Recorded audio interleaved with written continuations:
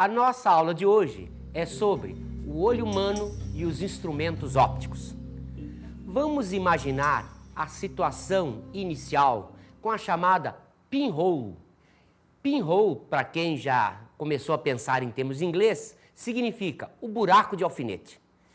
Isso daí representa para nós a máquina fotográfica mais simples que existe. Nós podemos imaginar a pinhole da seguinte maneira: pense em pegar uma caixa de sapatos, fechar completamente e fazer num dos lados da caixa um furinho com um alfinete. Observe então que, tendo uma seta AB, que representa o nosso objeto, aparece aqui no fundo da caixa a imagem, a linha belinha. Perceberam? É uma imagem invertida. Observem que o princípio básico da pinhole, ele funciona apenas no sistema óptico. Se nós colocarmos aqui no fundo dessa caixa um papel especial, que a gente hoje em dia chama filme, que seja capaz de quimicamente gravar essa imagem, nós temos então o esquema da máquina fotográfica. Então, observe, isto é para nós a máquina fotográfica mais simples que existe, evidentemente com problemas. Se eu coloco o objeto mais para frente ou mais para trás, a imagem lá às vezes não aparece perfeita. Então, o que nós fazemos? Nós, nas máquinas fotográficas, em vez de usarmos um orifício aqui, usamos uma lente. Vamos ver um desenho? Observe, nesta situação, a imagem formada estaria lá atrás. Nós não queremos isso. Queremos que a imagem formada fique exatamente em cima do filme. O que nós fazemos então? Colocamos a lente mais para frente. Então, fazendo a lente vir cá para frente, a imagem agora se forma em cima do filme. Perceberam? O problema é apenas o posicionamento da lente. Então, nas máquinas antigas, como é que se fazia isso? Existia um fole, existia um papel dobrado que prendia essa lente. Então, com esse papel dobrado, eu chegava a lente mais para frente ou mais para trás.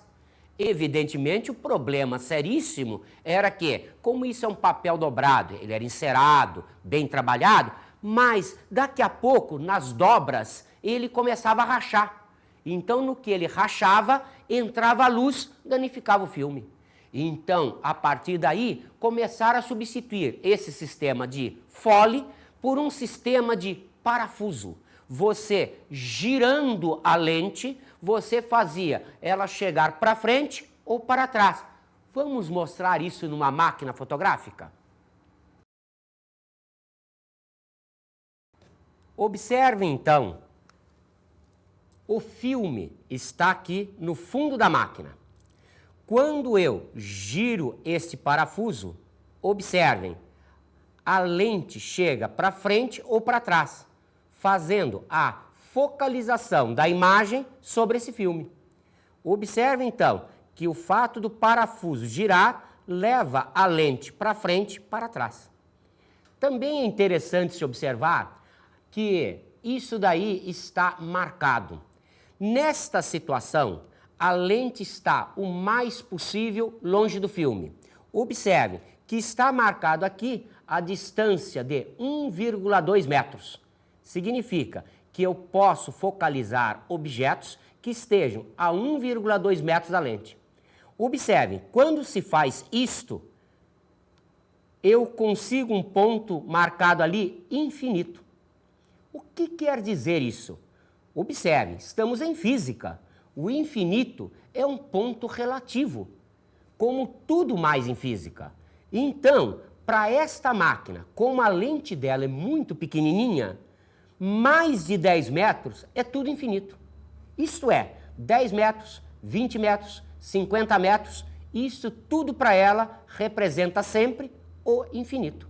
Vamos então ver o esquema simplificado daquela máquina fotográfica? Observe então, o sistema de lentes está aqui. O filme está lá. Entre eles, eu tenho, primeiro, um diafragma. Ele tem abertura variável. E um obturador. O diafragma, ele faz uma maior ou menor entrada de luz.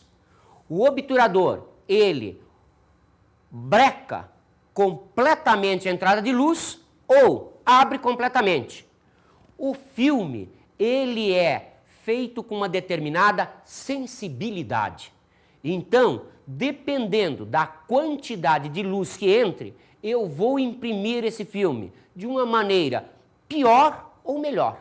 Então, quando o dia está muito claro, eu tenho que diminuir a entrada de luz. Então, para isso, a gente usa o diafragma. Quando o dia está mais escuro, a gente abre o diafragma para que possa entrar mais luz. Vamos ver o esquema do diafragma? Observe, o diafragma, ele pode estar assim. Observe, a entrada de luz é bem pequena, o orifício é pequenininho.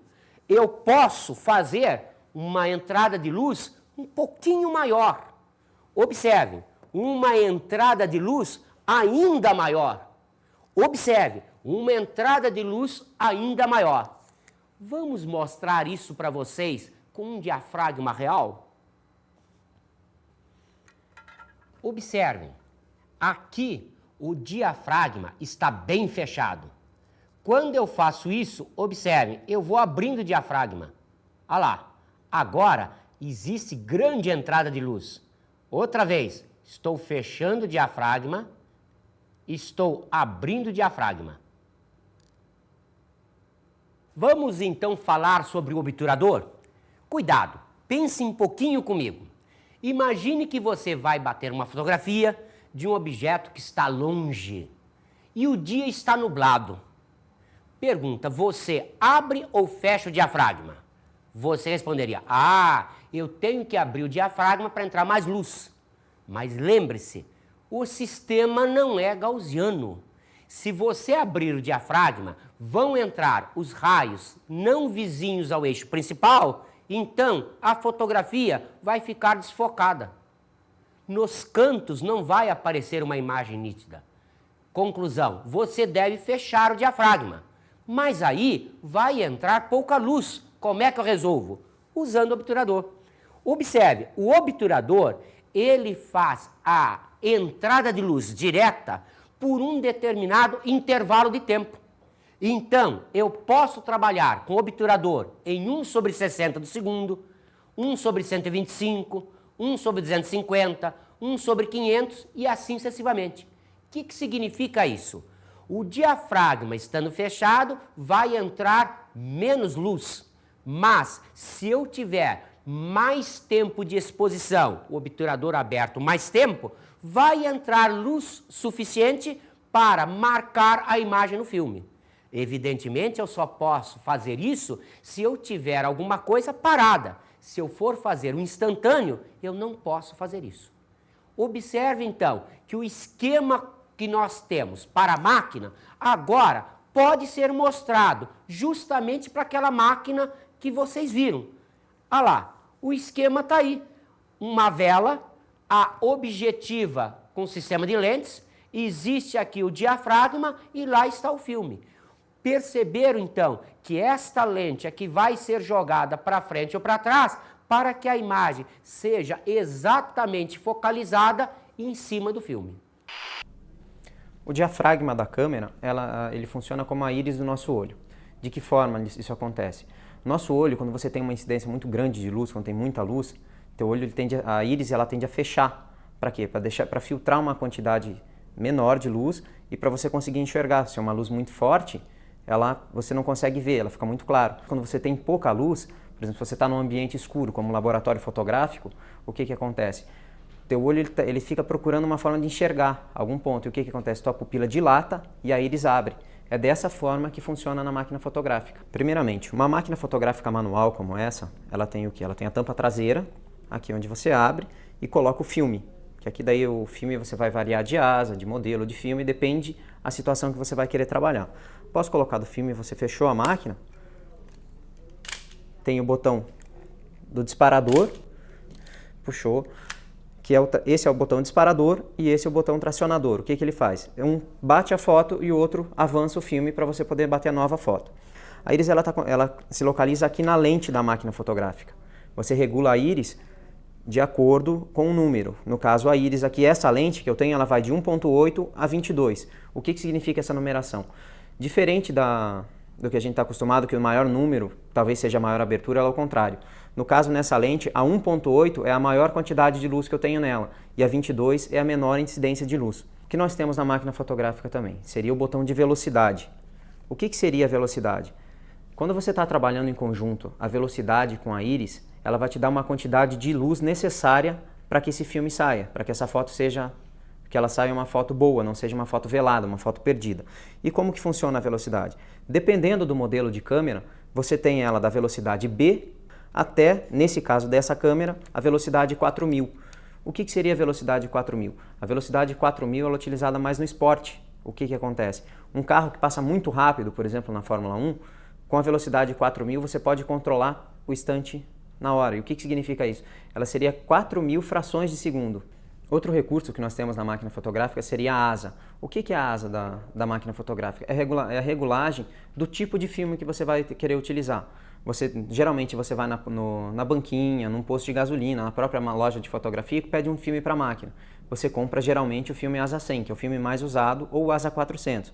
Mas você tem infinitas asas, que vai de asa 12 até a asa 6400, depende do modelo do filme. E para que eles servem? Para situações distintas. Por exemplo, você fotografar no mar, na praia, que é uma luz muito forte, ou você fotografar dentro de um teatro, que é uma luz mais escura, existe uma grande falta de luz. Então o filme vai, como na íris, ele pode abrir mais, o filme também ele vai te dar uma compensação maior de luz e vai captar mais luz do que um filme normal. Diferente das máquinas fotográficas manuais que a gente encontra por aí, que seria aquelas de supermercado, aquelas de loja de fotografia compacta, que apenas você põe o filme e bate a foto, esse modelo de máquina aqui, a SLR manual, ela dá um recurso a mais. Que recurso seria esse? A troca de lente. Mas como assim troca de lente? Essas máquinas normais, você trabalha ela com uma lente 35 a 50 milímetros, que seria mais ou menos o ângulo de visão que nós temos. Você pode ver, por exemplo, você tem uma casa, tua visão consegue ver a frente daquela casa. O que acontece então no caso? Essa é o ângulo de visão, talvez os 50 milímetros. E outros tipos de lente que você pode cambiar seria o quê? Uma grande angular, que seria uma lente olho de peixe. Mas o que essa lente faz? Diferente da 50 milímetros, a grande angular, ela amplia teu ângulo de visão. Se você está vendo, se com a 50 milímetros você consegue só ver a casa, a grande angular, ela vai mostrar a casa e o que está do lado da casa. Então ela põe mais elementos dentro do ambiente fotografado, dentro da tua fotografia. Essa é a grande angular. Então você tem muito mais detalhes dentro de uma única foto. E fora da grande angular, outra lente que nós temos seria a zoom, ou teleobjetivas. Mas o que é a zoom ou teleobjetiva? Essa seria uma lente de aproximação, ou para você trabalhar detalhes. O que você faz assim? Se você tem um zoom maior, se você tem, por exemplo, nessa mesma casa que é 50 milímetros fotografou inteira, a lente zoom, você pode fotografar só a janela da casa. Você tira todo o resto do ambiente e fotografa só a janela. Por isso, a gente tem essa diferença de lente. Se tem um ambiente que eu preciso de uma lente grande angular para ela fotografar, eu quero mais elementos dentro da foto, eu uso a grande angular. Se num outro caso eu quero fotografar apenas um detalhe ou aproximar muito a imagem, eu uso o zoom. Por isso que dentro da fotografia também você tem vários modelos e diferentes tipos de lente. Vamos então agora comparar isso que acabamos de ver com o olho humano. Nós vamos notar que o olho humano se assemelha impressionantemente com a máquina fotográfica. Vamos ver então, o esquema básico do olho humano está aqui. Observe, eu tenho aqui uma lente, eu tenho aqui a retina. A retina corresponde ao filme. Esta lente nós chamamos de cristalino. Observe que aqui na frente existe um buraco, um orifício por onde entra a luz. Chama-se a isso a pupila ou menina dos olhos. Ela fica no meio desse disco colorido dos nossos olhos, que é chamado de íris. Então, observem que interessante, a pupila, ela faz, como o diafragma, uma regulagem da luz. Então, quando a gente está no escuro, a pupila abre. Quando a gente vai para o claro, a pupila fecha. Percebeu por que agora você, indo para uma matinê às 2h da tarde, num dia de muito sol, quando você entra no cinema, você não enxerga nada? Porque como você estava ao sol, a sua pupila estava bem fechada, porque se entrar muita luz, vai danificar a retina. Então, a pupila fecha para entrar menos luz. Quando você entra dentro do cinema, como lá tem pouca luz, você não enxerga quase nada. O que nós recomendamos que você faça? Feche os olhos completamente e, por 1 ou 2 minutos, espere. Em seguida, abra os olhos.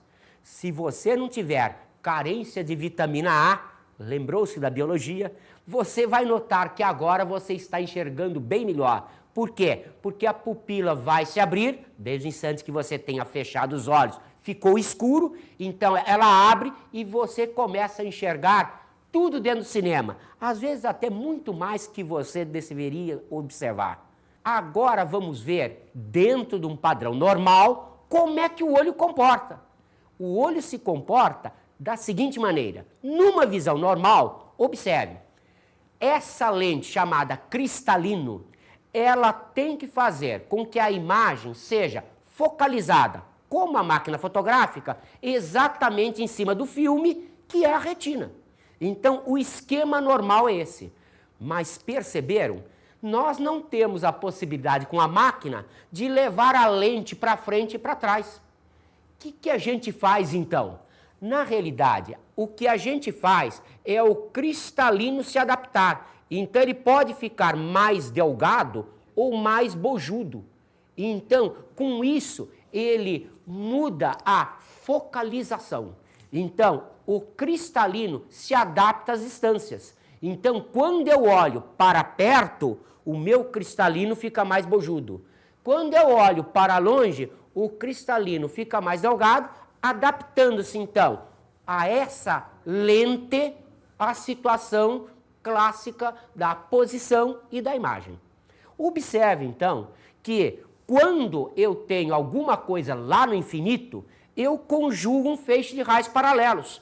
Lembram-se? A situação é de objeto impróprio. Então, nessa situação, a imagem formada deverá ser exatamente sobre a retina. Então, isso é a condição normal do olho. Mas, observe que aparecem aqui alguns defeitos. O olho humano, ele tem problemas. Então, vamos ver os principais defeitos de visão. Primeiro, a presbiopia, presbitia ou vista cansada.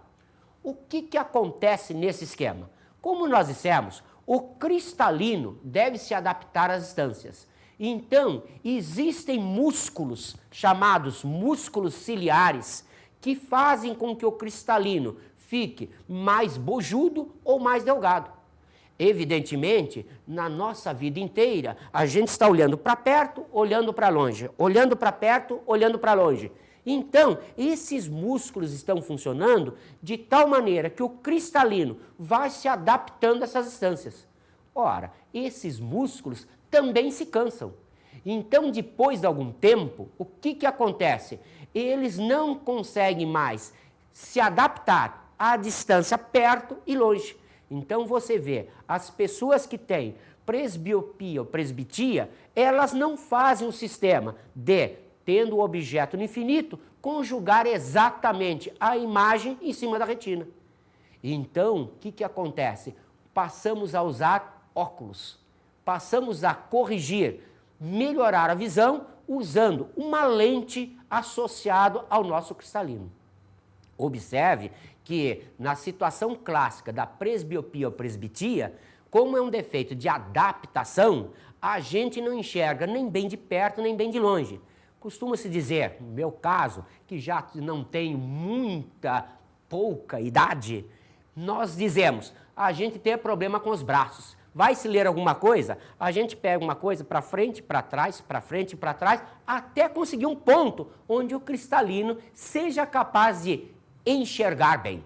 Então, vamos observar um outro defeito, o astigmatismo. O que é o astigmatismo? Já o astigmatismo não é um defeito do cristalino. O astigmatismo é um defeito da córnea. Existe uma membrana fechando externamente o olho.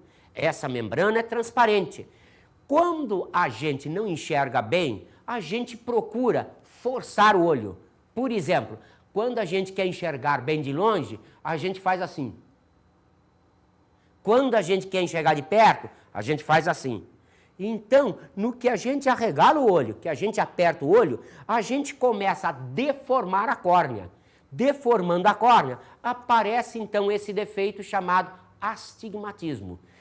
Esse defeito, ele é corrigido com lentes cilíndricas. Então, cuidado agora. O astigmatismo, quando ele é corrigido, ele muda um ângulo. Então, quando a gente pega uma receita de um oftalmologista, a gente vê lá uma lente cilíndrica, tantos graus. Realmente, aí é grau. Por que aí é grau? Porque é um ângulo. Mas, geralmente, o povo que não conhece muito, ele não pensa assim. Ele pensa em grau para outro defeito que nós vamos falar agora. Observe. Situação clássica.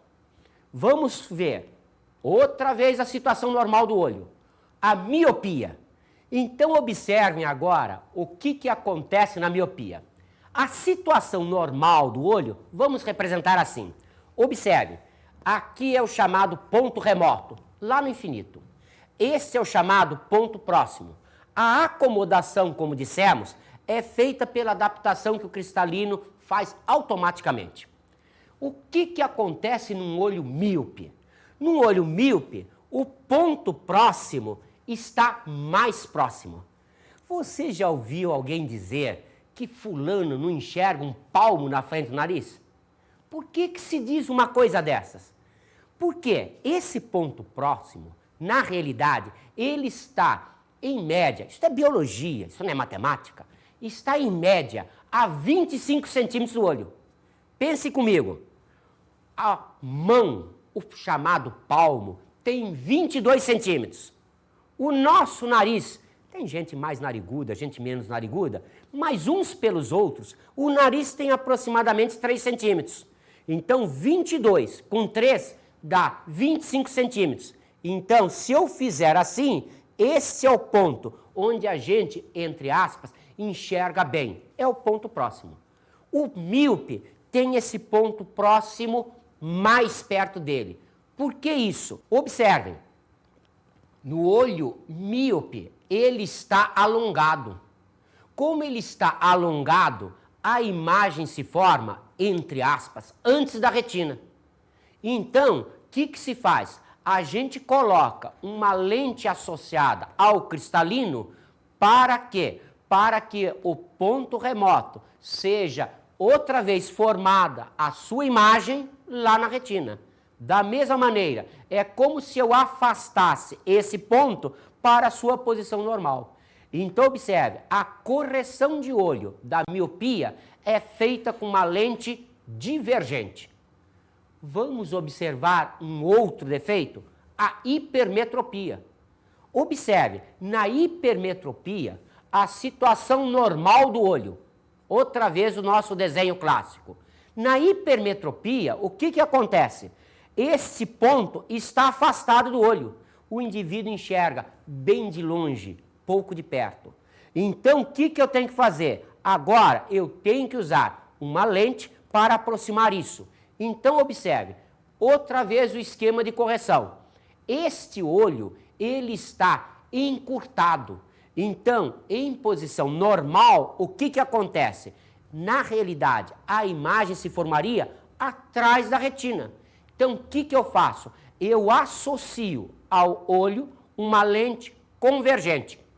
Associando uma lente convergente, eu vou fazer a correção da hipermetropia. Vamos agora ouvir uma enquete?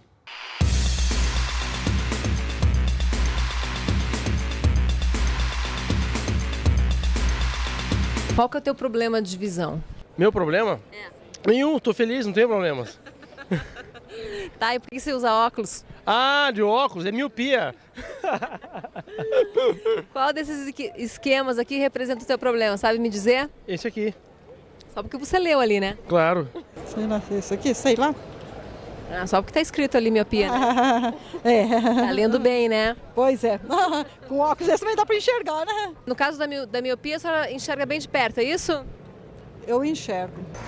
Estigmatismo e miopia. Miopia. Me diga aqui, você sabe identificar qual desses esquemas aqui representa o teu problema? Não. Nesse caso da miopia, então você enxerga bem de perto. Isso. Você teria que usar uma lente divergente, então. Não sei. Tá bom, é isso. Mas funciona, né? Funciona. Tá dando certo. Tá dando certo. Miopia. Acho que seria esse, correção do olho. Nesse caso, no caso da miopia, então você enxerga bem de perto. Sim. Você não sabe se a lente é convergente ou divergente? Não, não saberia dizer. Ela funciona. Funciona. Estigmatismo e Hipermetropia. hipermetropia. O senhor sabe identificar aqui qual desses esquemas representa o seu problema? Não. Esse aqui de baixo, ó. Porque o senhor enxerga bem de longe, né? É. É isso. Então, para corrigir o seu problema, teria que usar uma lente convergente. Então, nesse caso da miopia, você enxerga bem de perto, é isso? Sim, de perto. De longe, nada. Quase nada. E nesse caso, para corrigir o problema, você tem que usar uma lente divergente, é isso? Não sei. O óculos funciona. Funciona bem. Então tá dando certo, né? Tá tudo jóia. Vamos então ver alguns instrumentos ópticos. Evidentemente, o primeiro instrumento óptico que nos interessa seria o chamado microscópio simples. Microscópio simples é uma lente convergente, é a lupa de leitura. Então, nós não precisamos ver isso porque você já estuda isso em lente. Mas o microscópio composto já é uma associação de lentes. Então, vamos observar o esquema dele. Eu tenho aqui um sistema de lentes chamado sistema objetiva. Por quê? Porque fica perto do objeto. Aqui existe um outro sistema de lentes que fica perto do olho, perto onde você enxerga. Chama-se então o sistema ocular. Perceberam? O objeto é colocado aqui, perto da objetiva. Ele vai me dar uma imagem aqui. Lembram-se? Isto que é a imagem desse objeto para esse sistema óptico vai funcionar como objeto daquele. Funcionando como objeto daquele sistema óptico, a imagem final será esta. Então, o que nós enxergamos é essa imagem. Perceberam que interessante? A imagem final está invertida em relação ao objeto. Então, no microscópio composto, quando você joga a lâmina para a direita, você vê a imagem indo para a esquerda. Se você joga a lâmina para cima, você vê a imagem indo para baixo. Então, esse é o esquema físico do microscópio composto. Vamos mostrar para vocês, então, isso no real. Observe, então. Está aqui o nosso microscópio. Esta peça nós chamamos de canhão. Ela contém um sistema de lentes aqui, que é perto do meu olho, é o sistema ocular. Aqui eu tenho 3 sistemas de lentes que ficam perto do objeto. Esse sistema é chamado de objetiva. A lâmina é colocada aqui na mesa. E observe, para fazer a focalização, eu tenho um parafuso que faz a mesa subir ou descer, isto é, afastando o objeto da objetiva ou não. Observe então como funciona. Perceberam que aqui eu tenho um espelho? Então, o espelho faz com que um raio de luz venha aqui, sofra reflexão e atravesse a lâmina para chegar até o meu olho. Lembram-se daquela situação definida como coisas transparentes, translúcidas e opacas, foi discutido justamente que para o transparente, translúcido, opaco, diz respeito também à espessura. Então agora você começou a ver isso. Realmente, por exemplo, fígado é transparente, translúcido ou opaco. Você pensa num bife de fígado e vai pensar, aquilo é opaco. Mas às vezes um médico pede para fazer a biópsia do fígado. O que quer dizer isso? Vai ser tirado um pedacinho dele, vai ser feita uma lâmina bem fina e vai ser colocado aqui. A luz vai atravessar. Perceberam? Então lembrem-se, aquela situação transparente, translúcido e opaco também diz respeito à espessura. Então o esquema básico do microscópio está aí. Você viu a parte física e agora está vendo a parte real. Vamos então observar agora uma luneta astronômica. Observe, o esquema físico é semelhante ao do microscópio composto. Só que agora o objeto está, entre aspas, lá no infinito. Está a uma distância muito grande. Mas, outra vez, sistema objetiva por quê? Porque está perto do objeto. Sistema ocular, porque fica perto do olho. Observem que agora, se o objeto está lá no infinito, ele é considerado objeto impróprio, então ele conjuga um feixe de raios paralelos. Então, o feixe de raios paralelos, entrando na objetiva, vai me dar uma imagem exatamente no plano focal da objetiva. Nós fazemos o sistema de tal maneira que esse plano focal da objetiva coincida com o plano focal da ocular. Se eles coincidem, o que significa isso? Significa que isto, que é a imagem da objetiva, vai funcionar como um objeto parocular e esse objeto parocular também está sobre o foco. Conclusão, vai dar uma imagem lá no infinito, vai dar uma imagem própria. Perceberam? Então, nós temos, entre aspas, algo lá no infinito e vamos ver algo lá no infinito. Observem que aqui você tem que tomar um cuidadozinho. Lembra-se o que é a amplificação?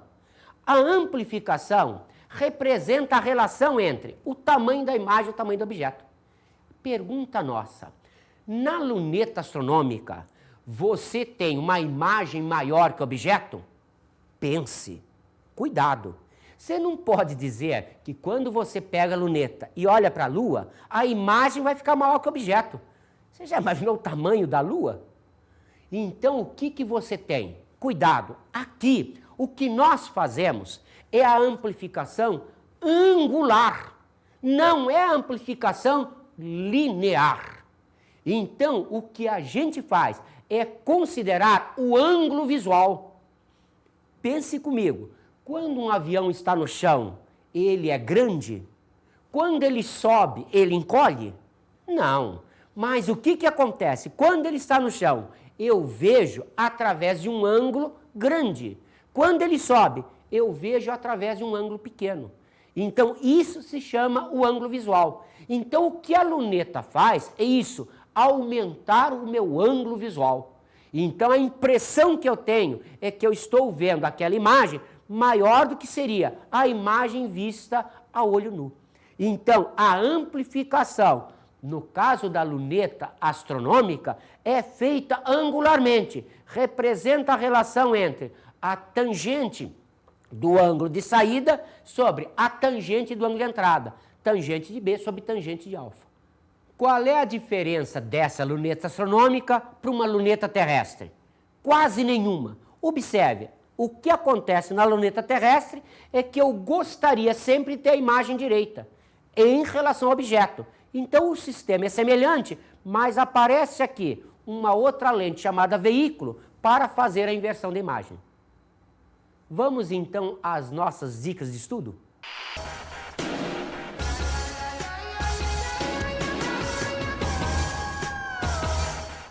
Observe, lembre-se, aqui sempre o sistema trabalha como? Com semelhança de triângulos. Então, esses desenhos todos, microscópio, lunetas, etc., se você tiver alguma dúvida, basta fazer semelhanças de triângulos.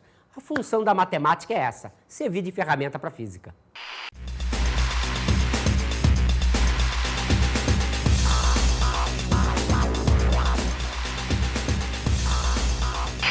Lembre-se, olho humano é semelhante à máquina fotográfica.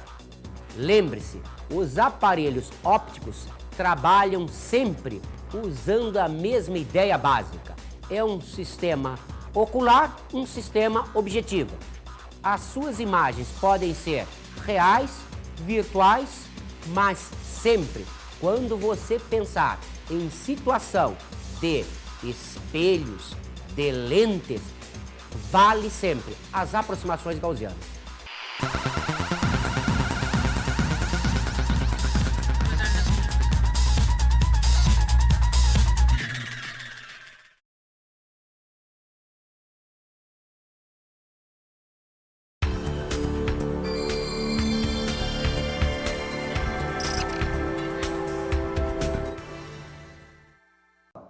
Olá, colega. Como sempre, estamos aí naquela batalha, mostrando para vocês que realmente a melhor coisa que a gente tem para fazer em física é usar exemplos reais.